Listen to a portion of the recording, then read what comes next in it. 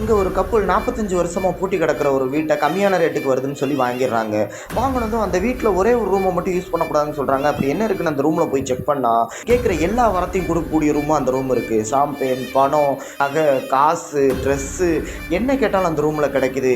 இவங்க 2 பேரும் பயங்கரமாக என்ஜாய் பண்ணுறாங்க, செம்மையாக இது பண்ணுறாங்க. ஆனால் இவ்வளோ கிடைக்குதுன்னா அதில் ஏதாவது ஒரு பிரச்சனை இருக்கணுமேனு சொல்லி 45 வருஷத்துக்கு முன்னாடி அந்த வீட்டில் இருந்த ஒரு நபரை விசாரிச்சு போய் இவன் என்னன்னு கேட்குறான். அப்படி கேட்கும்போது அந்த ரூம் ஒரு சாபம், அந்த ரூமில் நீ என்ன கேட்டாலும் கிடைக்கும், ஆனால் வெளியே போனேன்னா மறைஞ்சு போயிடும், அந்த ரூமில் இருக்கிறது பூரா ஒரு மாயை, எப்படியாவது நீ வெளியே வந்துருன்னு சொல்கிறான்.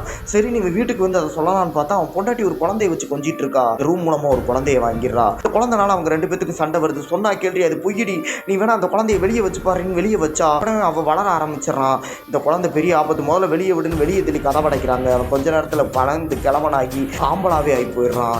இந்த ரூம்ல இருந்து எப்படி தப்பிச்சு அவங்க வெளியே போனாங்க, இதுக்கப்புறமா என்ன நடந்துச்சுன்றதான் மீதி கதை.